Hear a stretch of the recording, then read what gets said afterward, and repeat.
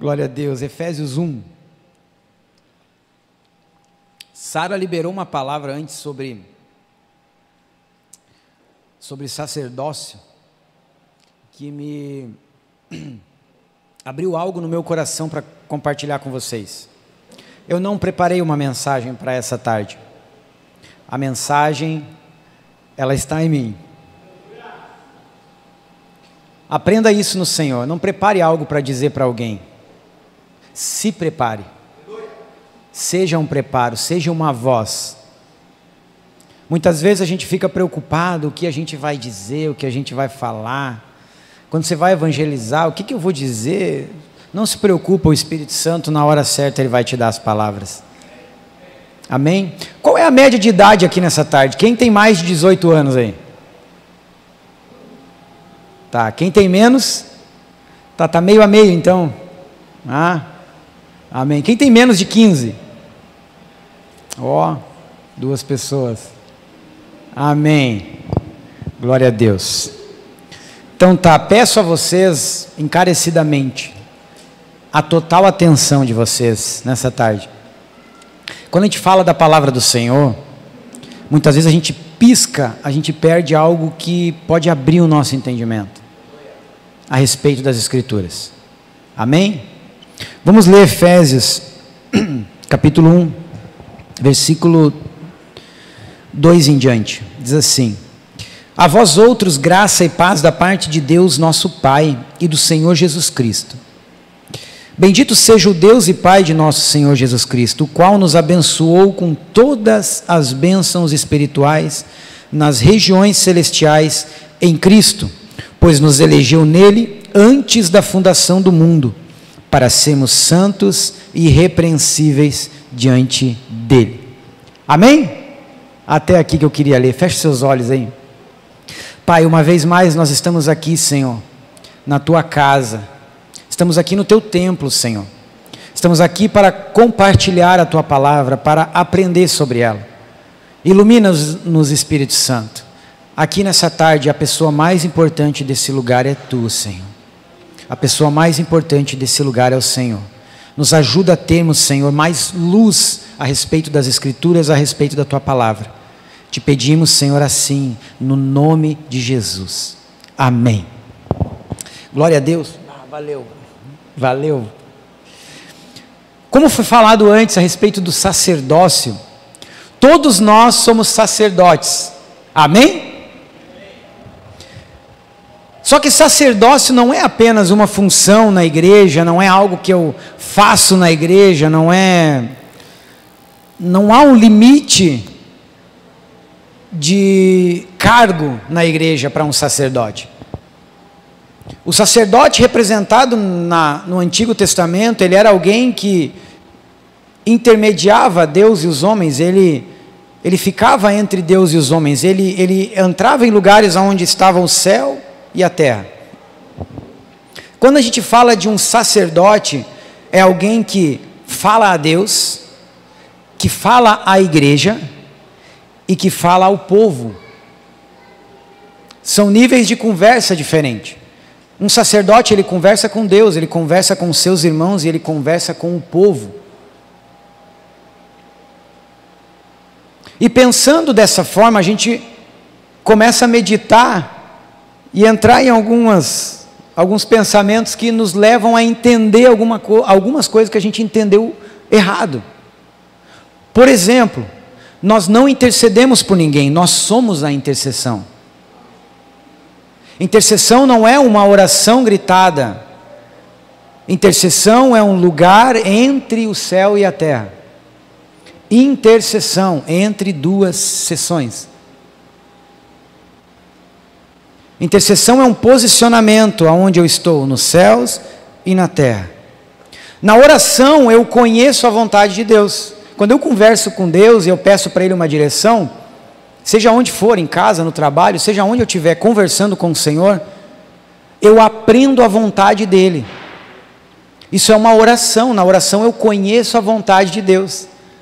Na intercessão, eu pratico ela. Vocês estão entendendo? Paz, pastor? Na oração, então, você conhece o que Deus quer que você faça. E na intercessão, você faz aquilo que Ele quer que você faça. Por isso que o sacerdote ele é uma figura-chave em ambos os testamentos, Novo e Velho, porque no Novo Testamento fala que o reino de Deus é constituído de sacerdotes. Não é de crentes, é de sacerdotes. E sacerdotes são pessoas que estão entre o céu e a terra. Por isso que Jesus nos ensinou uma oração muito poderosa, que é uma chave, aonde Ele diz: seja feita a tua vontade, aqui na terra, como ela já é feita no céu. Então o meio pelo qual a vontade de Deus é manifesta na terra, está aí sentadinho nessa cadeira. Na oração eu conheço a vontade dEle, e na intercessão eu pratico ela. Então a gente ora: Senhor, mas os necessitados da nossa cidade. Deus diz: você pode ser um escolhido meu, para chegar até eles. Meu Deus, mas os moradores de rua da nossa cidade. E Deus diz: isso, você pode ser o meio pelo qual eu alcanço eles. Então a gente aprendeu algumas coisas de uma forma de repente um pouco equivocada, para a gente não tirar muitas vezes tempo para meditar na palavra. Isso é um erro gravíssimo nosso. Perdemos muitas vezes de lavada para muitas religiões que a gente considera pagãs, mas que fazem coisas que nós deveríamos fazer. Evangelismo, meditação é muito bom, meditar é muito bom, abre a mente, te faz refletir, admirar esse livro maravilhoso que o Senhor escreveu, que é a Bíblia, meditar nesse livro maravilhoso que o Senhor escreveu, que é a natureza. Principalmente vocês que são na metade adolescentes aí, né, que estão no período de escola, vocês vão ser confrontados quando chegarem na faculdade.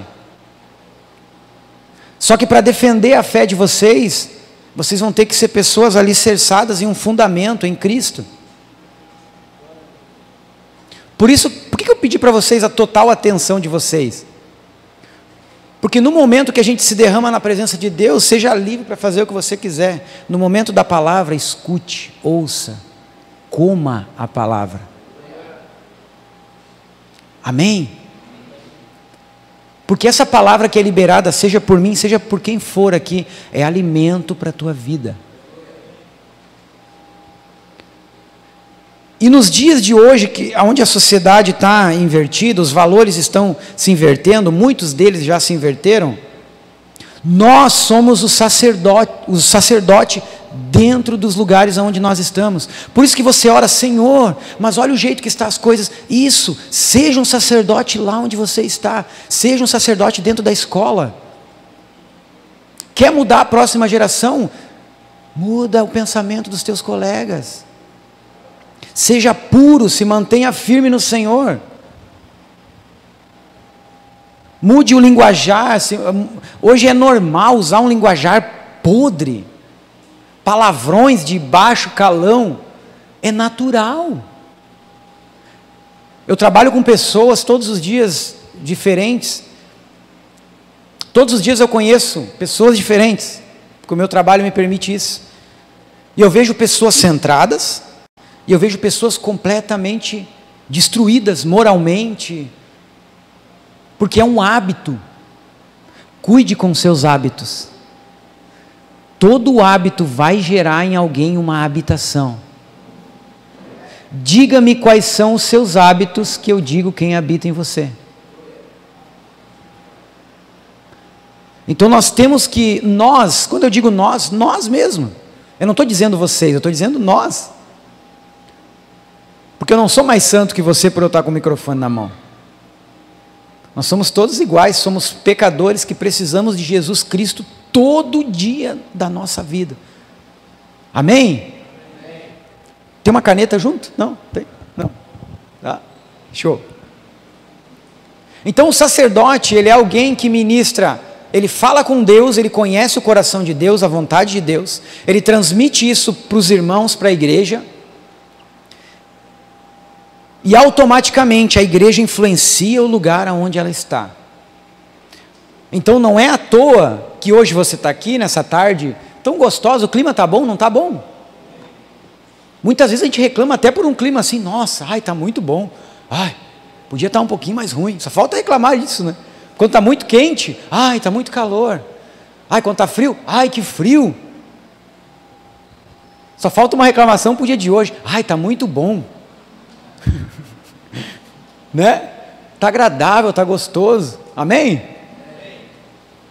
Então nós como sacerdotes temos essa função, só que para isso, para nós entendermos o sacerdócio, nós temos que entender a vida, nós temos que entender a vocação da igreja aqui na terra. O chamamento ele é mais externo do que interno, você é mais igreja na tua escola do que dentro da igreja. O melhor púlpito que você pode ter para pregar é os teus colegas. Sabe por quê? Porque aqui dentro é todo mundo conhecedor, é todo mundo convertido. Aqui nós estamos afiando as nossas ferramentas, mas você vai usar a sua ferramenta lá fora. Lá fora. Paulo nos dá umas dicas, Novo Testamento, gente, leiam, meditem. Quando Paulo diz para a gente não nos moldar a este mundo, a essa era, ele está falando o modo de pensar, o sistema, porque hoje tudo é normal. E deixa eu te dizer uma coisa, o que é certo, mesmo que não tenha ninguém fazendo. E o que é errado, mesmo que esteja todo mundo fazendo. A gente muitas vezes nada contra a correnteza, mas entenda uma coisa, aí é onde está o negue-se a si mesmo, tome a sua cruz e siga-me, porque de repente você vai ser a única pessoa diferente dentro da tua sala de aula. Mas Deus não precisa de muitas pessoas, Ele precisa de ti lá dentro da sala de aula, Ele precisa só de ti. Então não é à toa que você está lá. Então comece esse ano sendo luz lá dentro. As pessoas que praticam maldades, uma vez eu meditando me perguntei, por que Deus permite tanta maldade no mundo, né? Se Ele é Deus, se Ele é todo poderoso, por que Ele permite tanta maldade no mundo? Por quê? Nunca se perguntaram isso aí? Por que Deus já não matou o diabo? Nunca perguntaram isso aí? Por que Deus já não matou o diabo? Podia ter matado, já tinha terminado com isso tudo,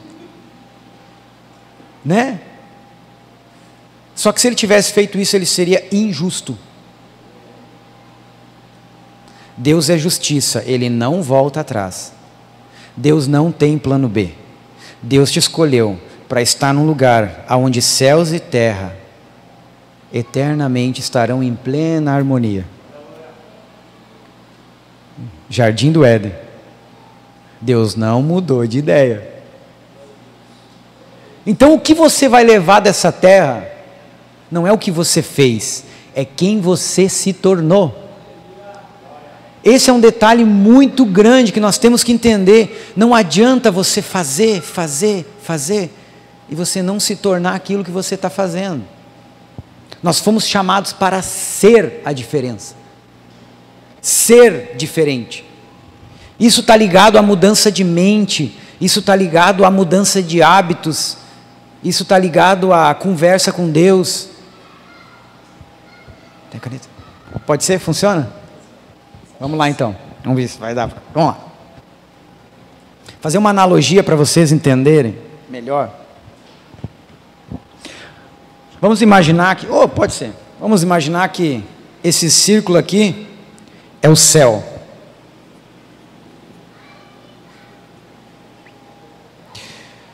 A igreja, quer dizer, a terra, perdão, é esse círculo de baixo.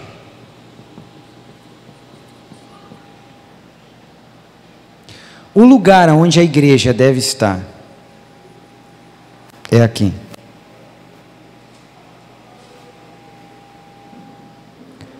entre o céu e a terra. Estão entendendo? 2 ambientes em um só lugar. 2 ambientes em um só lugar. Pode botar ali, depois eu vou usar de novo. Abre comigo ali Romanos 8. Você que trouxe sua Bíblia.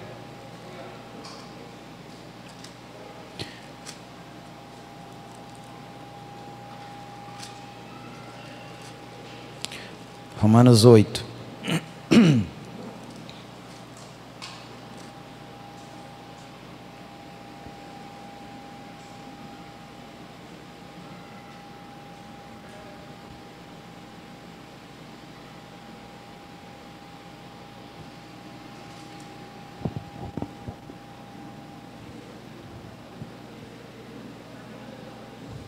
Romanos 8, 18.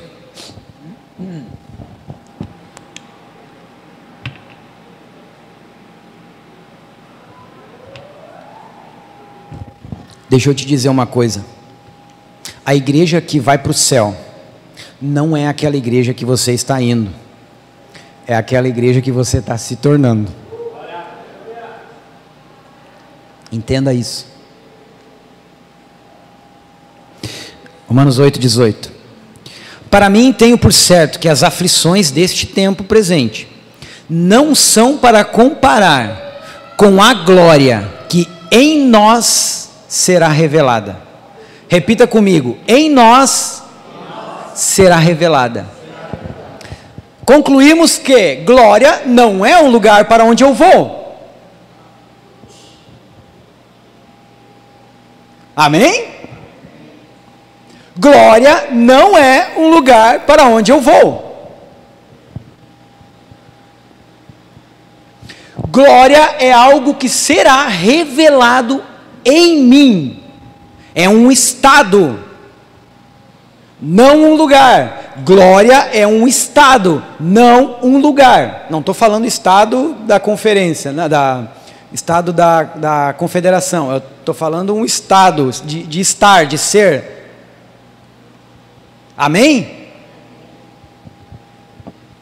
Logo, a nossa motivação muitas vezes está errada, porque a gente busca a glória do Senhor, para quê?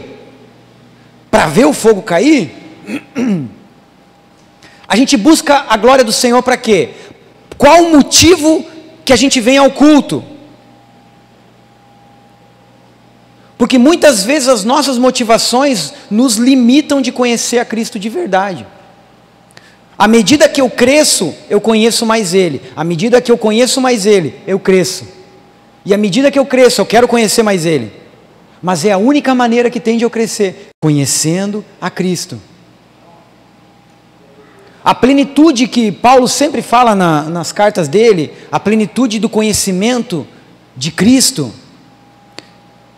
Gente, eu não consigo entender, sinceramente eu não consigo entender as coisas que Paulo viu. Ele poderia ter chegado Paulo foi levado ao terceiro céu, ele poderia ter chegado e ter, gente, vocês não, vem aí comigo aí, não, eu sou o cara, não, eu vi isso, eu vi aquilo, Deus me mostrou tudo lá no céu, vocês têm que ver qual é que é, não, vou contar para vocês qual é que é.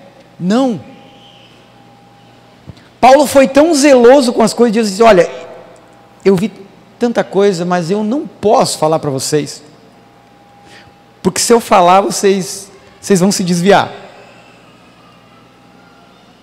vocês não vão entender. E a plenitude do conhecimento de Cristo está em assimilar a minha vida à vida dele. Olha para a tua vida e olha para a vida de Cristo. Tem algo em comum ou não? Porque deixa eu te dizer, Jesus trabalhou até a hora de chegar ao seu ministério. Estou falando trabalho, função. Ajudou o papai dele lá. Suou. E muitas vezes, eu quero ir para a África fazer missão, é barbada. Começa arrumando o quarto. né? Ah, eu quero ir para a África fazer missão. Ganha o teu coleguinha da aula. Ganha um por ano, um dos coleguinhas por ano já ganhou a África inteira. Porque parece que a missão na África muitas vezes ela é maior do que evangelizar o colega do lado. E não é, é a mesma missão. Nós temos que ir pregar o evangelho, indiferente se for lá na África ou se for do lado da minha casa.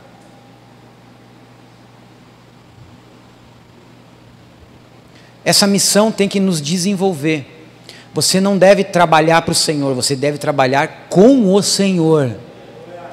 Porque trabalhar é que nem a parábola do filho pródigo. Quantos conhecem a parábola do filho pródigo? Ok. Meditem uma coisa comigo. Na meditação a gente consegue pensar algumas coisas que passam despercebidas. Quando o filho pródigo estava lá perdidão no mundo, que ele perdeu tudo que ele tinha, do que foi que ele lembrou que tinha na casa do pai? Alguém consegue chutar? Do que foi que ele lembrou que ele sentiu vontade de voltar para a casa do pai? Ninguém quer chutar? Então abre Lucas 15 lá. É Lucas, né? Lucas 15.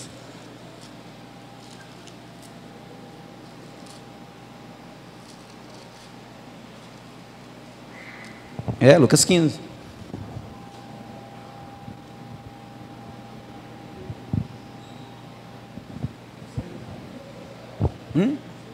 Lucas 15.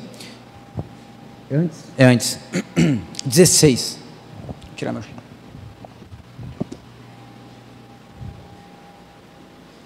Lucas 15, 16. Diz assim: todos acharam? Amém? Olha o que diz ali. Ele desejava encher o estômago com as alfarrobas que os porcos comiam, mas ninguém lhe dava nada. Versículo 17. Então, caindo em si, disse: quantos trabalhadores de meu pai têm abundância de pão, e eu aqui pereço de fome. Levantar-me-ei e irei ter com meu pai, e dar-lhe-ei, e dir-lhe-ei: pai, pequei contra o céu e perante ti. Já não sou digno de ser chamado teu filho, faz-me como um dos teus trabalhadores. Ei, presta atenção. O filho pródigo lembrou da parte boa da casa do pai em comida. Ele não entendeu o propósito. Ele não entendeu o propósito. Quando Jesus estava falando essa parábola, ele estava falando para doutores da lei, ele estava falando para pecadores. Intencionalmente, ele estava dizendo: vocês não entenderam nada. Sabe por quê? Porque não tem 3 parábolas aqui. Se vocês olharem aqui, tem os subtítulos ali, né? Quem está com o celular não vai ver, mas Lucas 15 fala da parábola da ovelha perdida, da dracma perdida e do filho perdido. Só que não são 3 parábolas, são uma parábola só. Como isso? Vamos ler? É só a gente ler que a gente consegue entender. Lucas 15, versículo 1 em diante, diz assim: chegavam-se a ele todos os cobradores de imposto, pecadores, para ouvir. Mas os fariseus e os escribas murmuraram: este recebe pecadores e come com eles. Então, no versículo 3, então Jesus lhes propôs esta parábola. Jesus não propôs estas parábolas. Vocês que são jovens, adolescentes, prestem atenção, estudem as escrituras, abram a mente de vocês para que nunca ninguém humilhe vocês com a própria Bíblia de vocês. Não deixem um ateu ensinar a Bíblia para vocês. Aprendam vocês mesmos.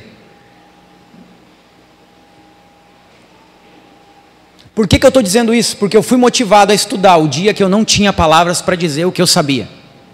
Eu fui confrontado. O cara me disse que Jesus não foi para o céu quando morreu, e ele disse que Jesus virou um gás. E eu era tão crente, tão fervoroso na fé, que eu não sabia nem os textos aonde estavam descritos para explicar para ele. E ele me dando textos. Não, abre lá. Pá. Mas eu sei que não é, mas eu não... Né? Porque muitas vezes a gente constrói uma linda imagem na nossa vida, mas nós não temos alicerce naquilo que a gente construiu. Uma hora vai cair. Mais cedo ou mais tarde vai cair. Depois nós vamos falar sobre isso, se o tempo permitir. Uma parábola com 3 perspectivas diferentes. Versículo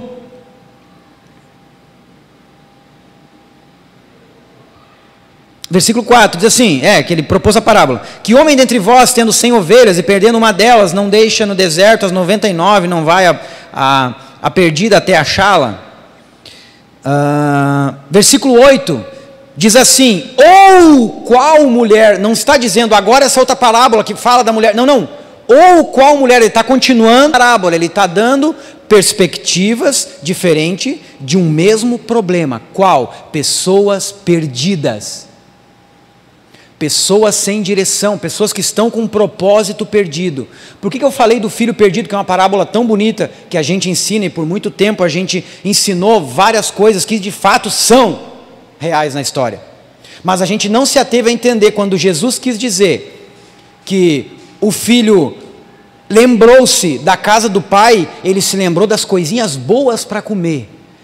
Ele não se lembrou dos conselhos do pai, do carinho do pai. A saudade dele não foi do carinho e do cheiro do pai, foi da comida, da fartura da casa do pai. Ei, com qual propósito você vem à igreja? Para que Deus te dê o que você quer? Porque lá no mundo o propósito é o mesmo. Às vezes a gente só muda o lugar onde a gente vai, mas a gente procura a mesma coisa, satisfazer o nosso ventre, que nunca está satisfeito. E você vai vir, você vai buscar, Senhor, mas você nunca vai estar saciado. Porque o propósito ao qual Ele te chamou é conhecer Ele. Você tem que conhecer Jesus. Caso contrário, você vai chegar naquele dia, Jesus vai te dizer, cara, eu não te conheço. Mas Senhor, eu abri uma mega igreja, 10 vezes maior que a do pastor Aziel, lá deu 10 mil membros. E Deus diz, legal, bacana, mas eu só não sei quem é que tu é. Mas eu curei, expulsei demônio, bacana, show de bola, legal mesmo. Eu até ouvi uns que vieram aí, mas eu só não te conheço. Por isso que na oração eu conheço a vontade de Deus, na intercessão eu boto em prática. Não adianta você só orar e não botar em prática. Não adianta você querer fazer sem ter oração. Você vai fazer coisas que você nem sabe se era para ter feito. Entende? Então são coisas que andam juntas.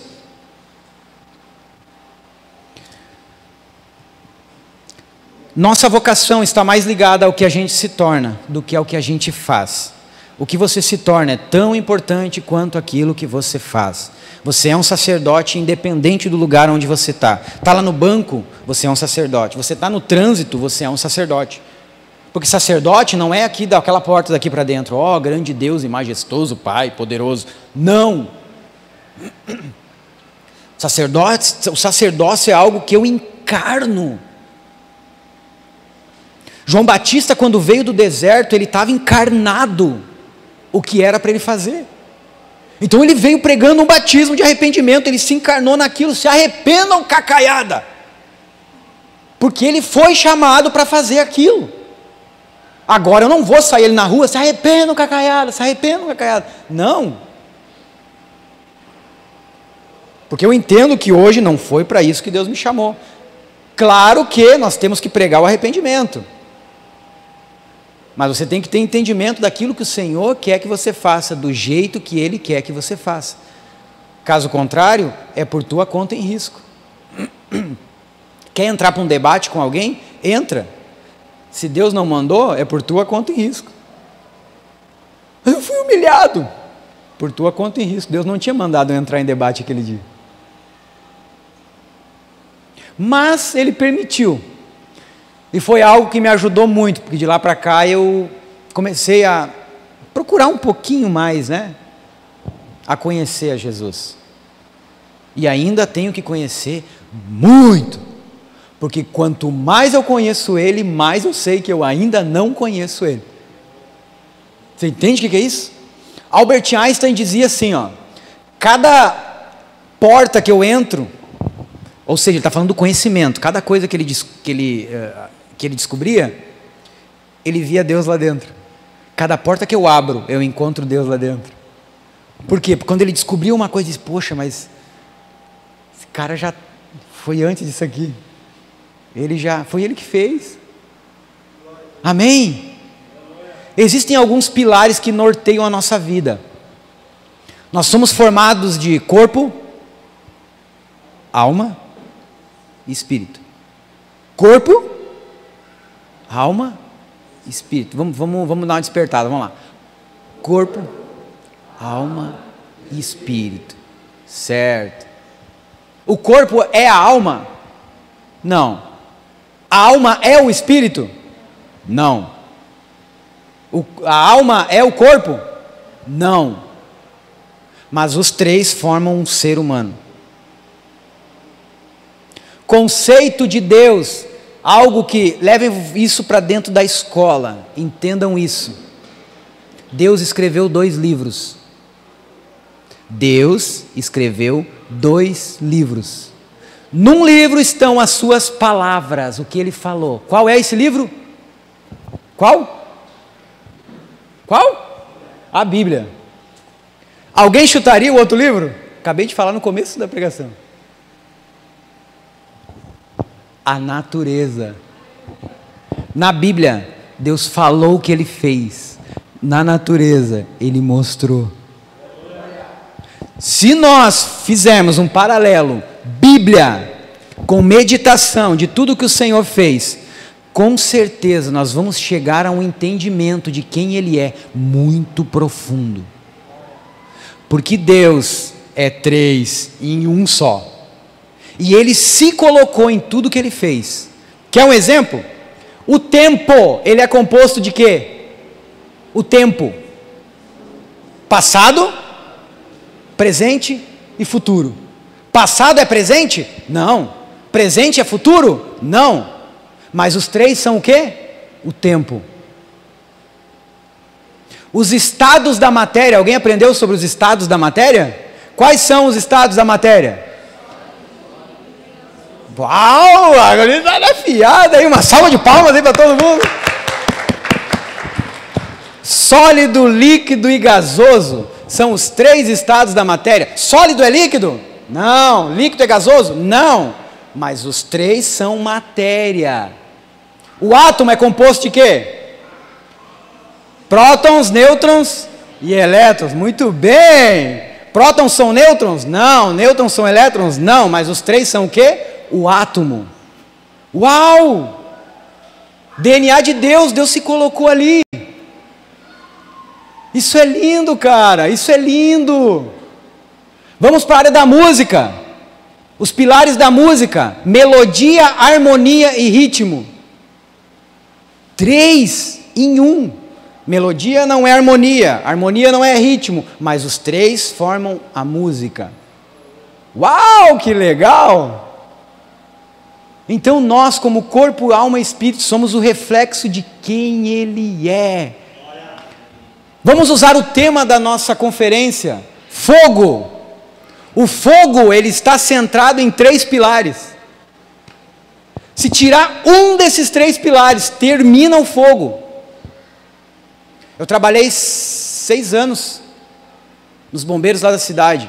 Aprendi sobre fogo, eu sei o que é fogo. O fogo, ele é composto de 3 pilares. Ele precisa de combustível.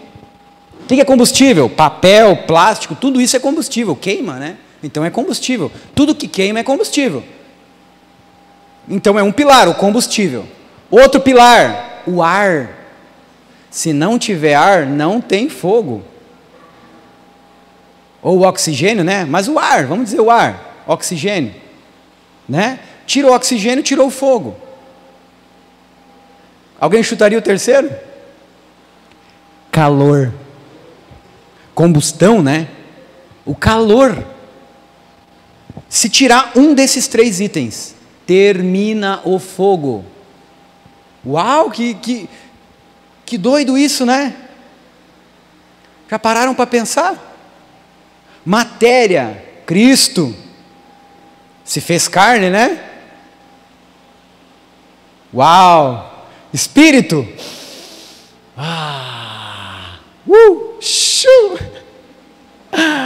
glória a Deus por isso. Vocês estão entendendo? Deus se colocou dentro de tudo que Ele fez, cara. Deus está correndo dentro da tua veia agora aqui, ó. Uau, DNA. Ah, isso aqui já é demais, aí já, né? Do que é composto o DNA? Deixa. Mas são 3 pilares também.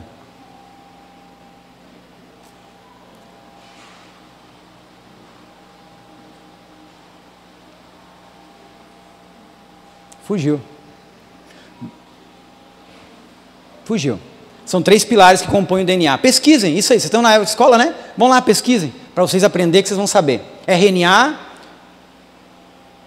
tem mais 2, não é RNA. O DNA é composto por 3 também. 3 composições que formam o nosso DNA. Então, tudo isso, por que eu estou dizendo isso, hein? Porque nós podemos fazer a escola se tornar um lugar divertido pra caramba. Você já pensou vocês colocar Deus dentro da escola através do conhecimento? Já parou para pensar? Vocês serem tão inteligentes que as pessoas vão dizer, como é que vocês estão inteligentes? Ah, é Deus, é o Criador. Ele que me deu essa capacidade. E sabia que foi Ele que fez tudo isso. E olha que eu queria fazer que nem Jesus indo transformar a água em vinho.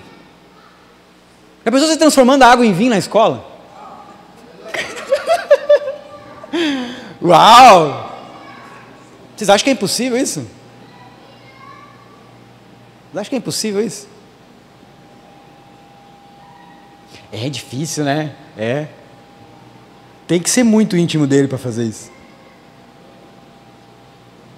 Por isso que a gente começa a entender o propósito de Deus para a nossa vida. Seja no trabalho, seja na escola, seja onde você estiver, você é alguém do céu lá. O único lugar onde o céu e a terra se encontram não é dentro da igreja, é dentro de você. Entenda isso. Você tem o melhor professor que você pode ter no mundo, o Espírito Santo. Conhece ele? O cara é fantástico. Tem uma Bíblia e tem o Espírito Santo, fechou todas. A Bíblia fala que do nada, do que não se vê, temos as coisas visíveis, né? Você sabia que isso é verdade? Do que não se vê, a gente tem as coisas que se vê?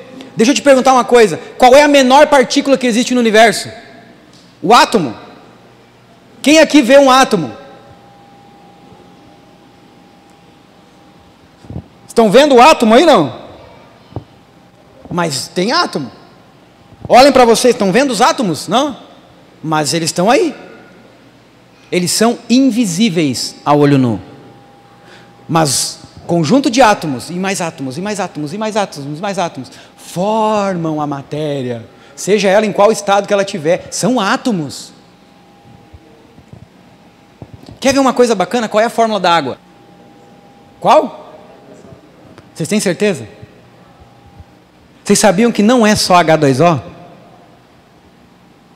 É H2O e D2O. Podem pesquisar. H2O e D2O. Existe um componente químico chamado deutério. Na tabela periódica tem esse componente. Deutério. A nossa água tem deutério. Os evolucionistas dizem que a água que tem no nosso planeta veio dos cometas. Já ouviram falar disso, não? Isso é matéria de escola. Vocês vão aprender ainda isso aí. Veio dos cometas. Vocês vão aprender, mas não aprendam isso. Porque a água não veio dos cometas. Por causa desse deutério aí, tá? Que tem abundância nos cometas. E não tem, a proporção não é igual na água da Terra. Então, não veio dos cometas.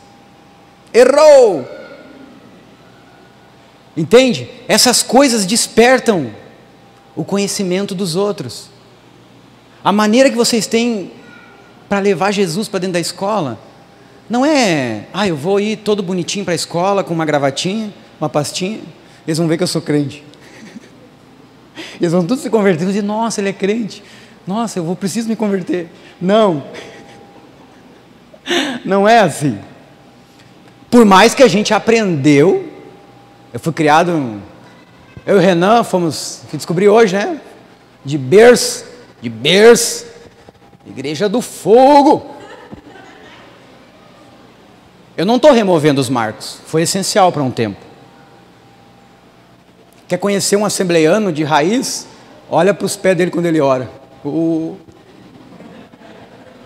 Né? Dá aquela levantadinha do pé, teve um pezinho na assembleia, né? Eita glória! Amém? Voltando para a palavra, volta a palavra. Então a única maneira que se você não tem palavras para dizer, se você não tem, use a sua inteligência. Sabe o que despertou Daniel lá na Babilônia? Inteligência. O rei procurou sábios. Ele queria domínio, ele queria poder, então inteligente foi o rei também, né? Pegou os caras mais inteligentes para pensar para ele. Seja inteligente, deixa o rei te pegar para pensar para ele. Seja pego por ele. Deixa Deus olhar para ti e dizer: uau, eu preciso desse cara lá dentro da faculdade. Eu falei na última vez que eu estive aqui, quem estava na última vez que eu estive aqui? Não? Amém? Amém, tinha mais gente aí, glória a Deus. Eu disse na última vez que eu estive aqui, eu fui num lugar, lá, num instituto, né, federal. Eu fui numa palestra LGBTQ+. Que agora tem uns coisas ali a mais, olha aí. E tinha um palestrante, o cara até trabalha aqui no Jornal NH, ele estava palestrando lá. Dentre 60 pessoas que tinha lá dentro, entre jovens e professores, não tinha um para me ajudar. Um para dizer: é verdade. Eita glória no meio. Não. Né? Não tinha um. Mas eu falei do reino de Deus lá dentro daquela reunião. Eles estavam, porque a igreja é opressora, a igreja oprime a família. A família, eles querem desconstruir a família, esse é o ideal. Desconstruir a família, não é papai e mamãe, não é pai e mãe. Qualquer outra coisa é família, mas pai e mãe não é família mais, porque eles são opressores da sociedade. Gente, não caia nessa, não caia nessa. Família é a base da sociedade. A Constituição Federal fala isso, estudem a Constituição Federal também, isso é muito bom. A Constituição Federal fala isso, a família é a base da sociedade. E lá na reunião, a igreja é opressora, a igreja não sei o quê, a igreja isso, a igreja aquilo, e daí eu? Na primeira vez, a mulher me olhou e disse: não pode falar, né? Concedeu a palavra. Já na segunda, na terceira vez que eu levantava o dedo, tipo assim, levanta a mão, tipo eu era ele lá no meio, tá? E a mulher que dava oportunidade para as pessoas falar, era para ela olhar, e daí quem levantasse a mão tinha o direito de falar. Então ela fazia assim, ó.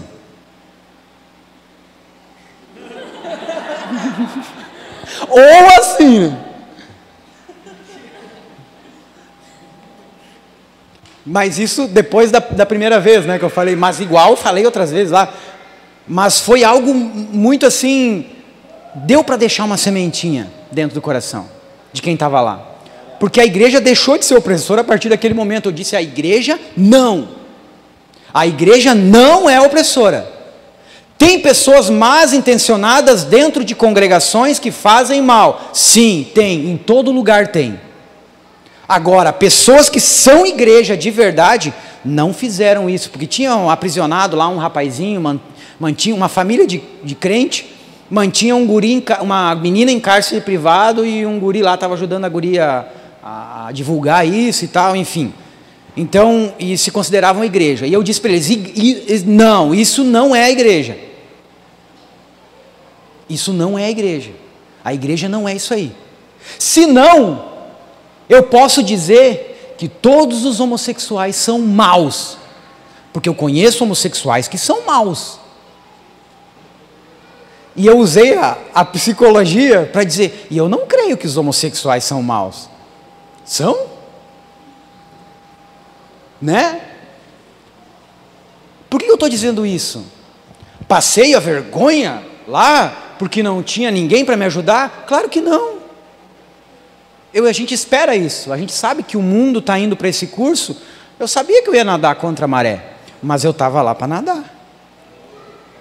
E eu tenho certeza que muitos jovens que estavam lá, no momento dos debates acalorados, porque teve um momento que tinha um professor de ciências lá, um professor doutor em ciências, porque para trabalhar em Instituto Federal a gente tem que ter o doutorado, né? Doutor em ciências. E tinha um momento que eu estava falando que eu disse assim, não é a ciência que define isso. Porque estava no tema do homossexualismo, eu disse, não, a ciência não define homossexualidade. A ciência ela não trabalha com isso, ela trabalha com exatas, coisas exatas. Ciência ou é isso, ou é isso. Ou então é só uma teoria. Já ouviram falar em teoria? Teoria é algo que não foi comprovado, só está no papel ali. Entende? É a mesma coisa que eu dizer agora, se eu jogar 50 gramas de pólvora aqui dentro, largar um isqueiro, eu vou dizer para você, vou escrever para vocês, isso vai explodir, esse tonel vai ser lançado 10 metros de distância. Isso é uma teoria. Agora, eu tenho que pegar, botar a quantidade de pólvora que eu falei, explodir do jeito que eu disse e ver se vai voar os 10 metros mesmo. Se voar os 10 metros, passa a ser uma lei. Já ouviram falar das leis? Existem muitas leis na física, na química, por isso que existem as leis. As leis, quando tu tem uma lei, essa lei, ela afirma que se tu fazer aquilo, vai acontecer aquilo. Entende? Então se torna uma lei. Existem várias leis de Kirchhoff, enfim, não vamos entrar nesse detalhe, mas tem muitas leis muito legais para vocês estudarem. As leis da biogênese, vida gera vida. Já estudaram isso? Não, é legal, né? Vida gera vida, olha só, uma lei que diz que vida gera vida, derruba totalmente a teoria da evolução, que diz que não vida gerou vida. Estão entendendo? Se nós estudarmos e nos aprofundarmos, nós vamos ser luz. Você não vai ser luz lá dentro da escola dizendo, aleluia, aleluia, aleluia, glória a Deus, aleluia, em nome de Jesus essa escola vai ser quebrada agora. Não, você não vai conseguir ganhar ninguém assim. Você não vai conseguir ganhar ninguém assim. Se você não se tornar aquilo que é para você se tornar, você não vai ganhar ninguém assim. Seja inteligente, seja um Daniel nesses nossos dias. Gente, nós vivemos dias semelhantes aos dias de Daniel. Semelhantes. Só que, qual é a medida que nós conhecemos o nosso Deus?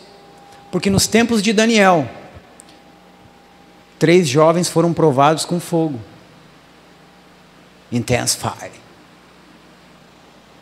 3 jovens foram provados com fogo. E foram aprovados, cara. Não tinha cheiro de fumaça nos caras. Olha só, o cara entrar dentro do fogo e não ter cheiro de fumaça. Para nós encerrar, abre 1 Coríntios, no 11 em diante. Pois ninguém pode pôr outro fundamento além do que já está posto, o qual é Jesus Cristo. E se alguém sobre este fundamento levantar um edifício de ouro, prata, pedras preciosas, madeira, feno, palha, a obra de cada um se manifestará, porque o dia a demonstrará. Pelo fogo será revelada, e o fogo provará qual seja a obra de cada um. Deixa eu te dizer uma coisa. Você pode passar uma vida inteira construindo algo lindo, maravilhoso e fantástico. Só tem um detalhe, vai ser provado pelo fogo. O que o fogo faz no ouro, nas pedras preciosas? Deixa mais refinado. O que o fogo faz na madeira? Larga em cinzas. O que você está construindo em Cristo? Está custando? Porque o ouro custa mais que a madeira, né? O que vale mais? 1 quilo de ouro ou 1 quilo de madeira? O ouro, né? Então, para ter 1 quilo de ouro, exige esforço, trabalho. Construa algo para o Senhor, que seja capaz de suportar o que está vindo. Gente, deixa eu dizer, nós vamos passar pela tribulação. Prepara a tua mente, não perde tempo, prepara a tua mente. Você vai passar pela grande tribulação. Construa algo de verdade, gaste tempo, invista no conhecimento, porque você não vai estar perdendo tempo. Vai chegar aquele dia, e isso tudo vai ser provado pelo fogo. Amém?